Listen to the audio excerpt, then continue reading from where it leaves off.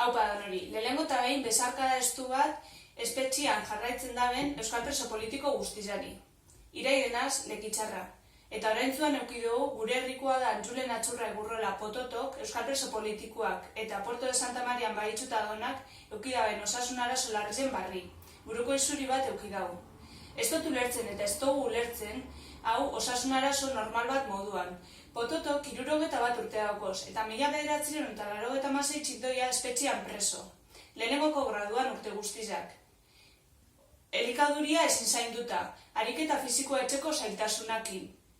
Lagunakin eta familizagaz bizitzak murriztuta, bakartuta. Honek Pototongan eta preso politiko guztizengan eragin zuzena dauko eta batez euren osasunean. Espetxe politika hau mendekoan eta korrotuan oinarritzuta dago. Horren adibide da, Pototon gurasuak, bizak 80 urtetik gorakoak urtiak doia zela bere semia ezin bizitzata.